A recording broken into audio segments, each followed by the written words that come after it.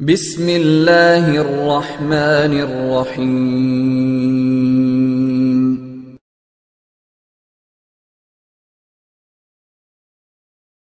আসসালামু রহমতুল্লাহ বরকাত। মহিলাদের হজ উমরা করার পদ্ধতি জানতে চেয়েছেন বোন।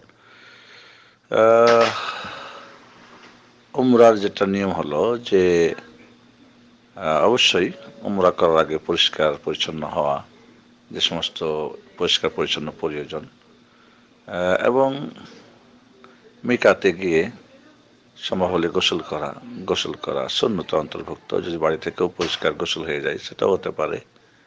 মহিলাদের উমরার জন্য স্পেশাল কোনো আলাদা পোশাক নেই, যেটা তার জন্যে শালীন এবং সুন্দর চলাফেরা করতে সুবিধা হবে সেটাই পরবে, এবং বোরকা পরবে বা হিজাব ফুল করবে।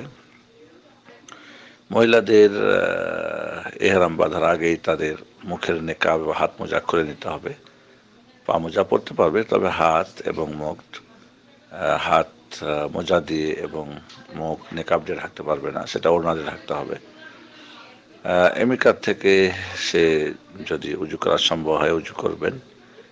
যদি কোনো ফরজ নামাজ থাকে সেক্ষেত্রে ফরজ নামাজ পড়বেন, না থাকলে তাহিয়াতুল উজু বা তাহিয়াতুল মসজিদে যদি হয় 2 রাকাত নামাজ পড়বেন। এরপরে আল্লাহু লাব্বাইকা উমরাতান কি বলে নিয়ত করবেন উমরার। এরপরে গাড়িতে যখন এসে বসবে, গাড়ি যখন চলা শুরু করবে, তখন আল্লাহু লাব্বাইকা উমরাতান বলে ঘোষণা দেবে এবং তালবিয়া পড়বে নীরবে, বিশেষ করে পুরুষরা যেন না শুনতে পায়। লাব্বাইক আল্লাহুম্মা লাব্বাইক, লাব্বাইক লা শারীকা লাক লাব্বাইক। যদি কোনো কারণে মিকাতে তাদের হয়তো এমন হতে পারে পিরিয়ড শুরু হয়েছে, তবুও সে ইহরাম বাঁধবে, পিরিয়ড অবস্থাতেও ইহরাম বাঁধতে পারবে, কোনো সমস্যা নেই। এবং মক্কায় পৌঁছে অবস্থান করবেন এবং সুস্থ হলে ভালো হলে এরপরে উমরা শেষ করবেন।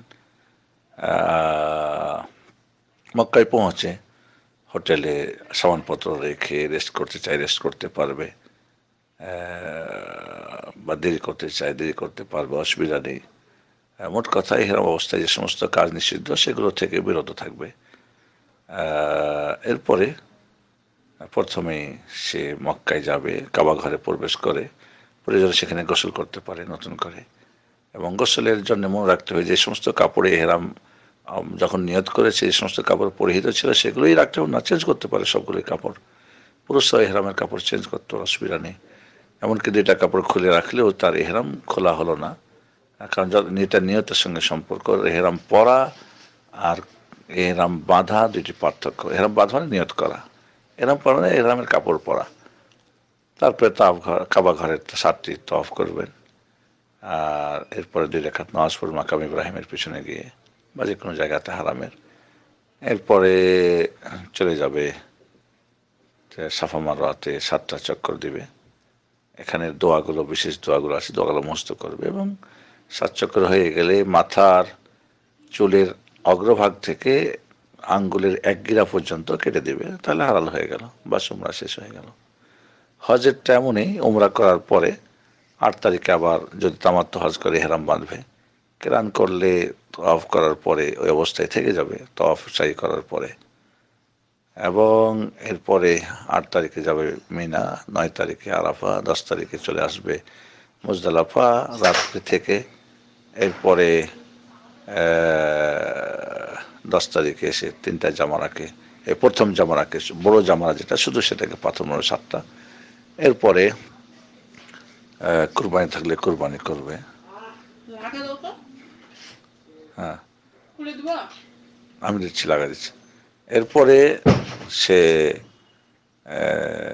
সেখান থেকে প্রথম হালাল হয়ে গেল। স্বামী স্ত্রীর মিলন ছাড়া সব কিছু তার জন্য জায়েজ হবে।